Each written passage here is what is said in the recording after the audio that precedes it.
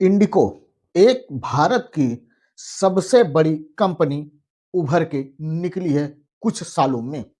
क्योंकि जिस हिसाब से वो लोकल में पूरे भारत में अपना वर्चस्व बनाई है, उसके लिए उसका तारीफ करना जरूरी है। लेकिन वही इंडिको आज जिस हिसाब से अपने फायदे के लिए आम आदमी को एक दर्द भरी जिंदगी दे रही है, वो बहुत ही ज्यादा दुखदाई है। और इस पे सरकार की भी बहुत ज्यादा गलतियां हैं। जिस हिसाब से सरकार ये कहती थी हवाई चप्पल पहनने वाला व्यक्ति हवाई जहाज में बैठेगा, वो आज हवाई चप्पल तो दूर की बात है, हवाई जहाज में भी सफर करने की हालत में नहीं है। यार कि मेरी वाइफ प्रेग्नेंट है, सुबह 7 बजे से यहाँ पे आपकी चार्ज करनी है कि मैं यहाँ आके क्या।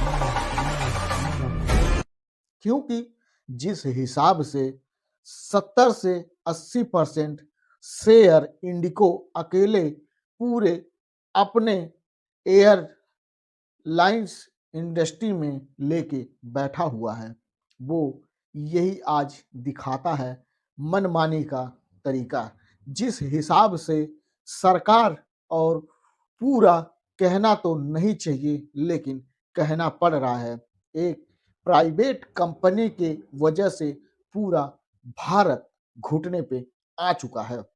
इस तरीके से अगर कोई भी हम लोगों के ऊपर अगर युद्ध होता है, अगर कोई भी दूसरे देश के वजह से हम लोगों के ऊपर विपत्ति आती है, तो इस तरीके से जो भी एयरलाइंस इंडिया है, क्या उसका भरोसा है कि वो हम लोगों के साथ में साथ देगी या नहीं देगी। क्योंकि जिस हिसाब से इस समय दोस्तों देखने को मिल रहा है, पूरी तरीके से एयरलाइंस इंडिया एयरपोर्ट पे जिस तरीके से माहौल बना हुआ है, वो तो एक सरकारी बस अड्डे और रेलवे प्लेटफॉर्म से भी बहुत ही ज़्यादा घिनौनी है।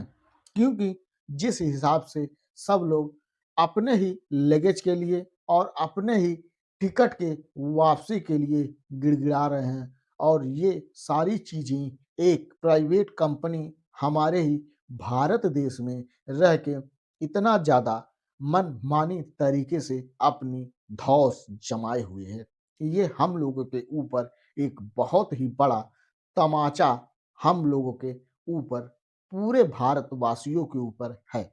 क्योंकि जिस हिसाब से इंडिको फ्लाइट कैंसिल लगातार हो रही हैं, हर एक राज्य की फ्लाइट कैंसिल की जा रही हैं, उससे यही जानने को मिलता है कि इसमें इनकी बहुत ही ज़्यादा अपनी मनमानी तरीके से करना सिचुएशन कंट्रोल है। क्योंकि जिस हिसाब से हाई कोर्ट ने इसमें इंटरफेयर किया है कि सभी सुरक्षा मानकों पे एयरपोर्ट पे और फ्लाइटों को उड़ाया जाए और कोई भी दिक्कत और कोई परेशानी नहीं होनी चाहिए। क्योंकि जिस हिसाब से एयरपोर्ट से फ्लाइट उड़ती है, उसके बाद उसका हादसा हो जाता है, ये देख के हर एक व्यक्ति का दिल दहल जाता है। इसी हिसाब से हाई कोर्ट ने इस पे अपना एक जजमेंट पारित किया था। क्योंकि 24 घंटे में पूरे हफ्ते में फ्लाइट जो भी क्रू उड़ा रहा है, उसको पूरी तरीके से आराम करने का आदेश दिया था। लेकिन इंडिको को ये चीज़ें मंजूर नहीं थी। जो भी उनके कर्मचारी थे, उनको गधे की तरह इस्तेमाल करने की उसको आदत सी हो गई थी। क्योंकि जिस हिसाब से लॉकडाउन में सभी कंपनियां घाटे में जा रही थी, इंडिको एक ऐसी कंपनी थी, वो फायदे में रह रहे थे। क्योंकि उसको एक तरीके से अपनी तरीका निचोड़ने का पता है। जिस तरीके से एम्प्लॉय उसके अंडर में काम करते हैं, उसको निचोड़ के और पूरी तरीके से उनसे अपना वेतन निकालना का उसका काम है। क्योंकि जिस भी तरीके से इस समय आम नागरिक, आम जनता को परेशानी हो रही है, वो बहुत ही बड़ी समस्या का कारण है।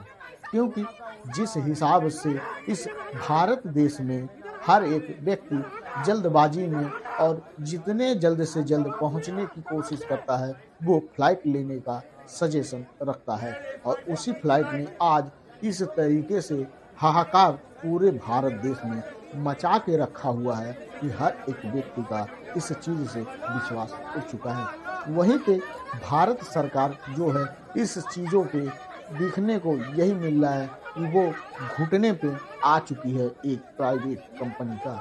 इस हिसाब से यही समझ में आता है कि जो भी कुछ से ज़्यादा अगर अपने अंडर में ले लेता है, उसी की सब चीज़ हो जाती है। क्योंकि जिस हिसाब से इंडिको ने 70 से 80% शेयर सिर्फ अपना ही रखा है फ्लाइट इंडस्ट्री में, उस हिसाब से तो यही दिखाई दे रहा है कि ना हाई कोर्ट, ना सरकार, ना किसी की भी दादागिरी, सिर्फ दादागिरी तो इंडिको की, जो कि इस समय सरकार को भी दिखाई दे रही है और आम जनता को भी दिखाई दे रही है। जिस हिसाब से आम जनता इसमें परेशान है और जिस हिसाब से इंडिको के सामने गिड़गिड़ा रही है, वो बहुत ही अड़चनिक और घटनाई बात है। क्योंकि इस भारत देश में एक प्राइवेट कंपनी इतना धौंस अपना दिखा सकती है, तो बहुत ही ज़्यादा हम लोगों को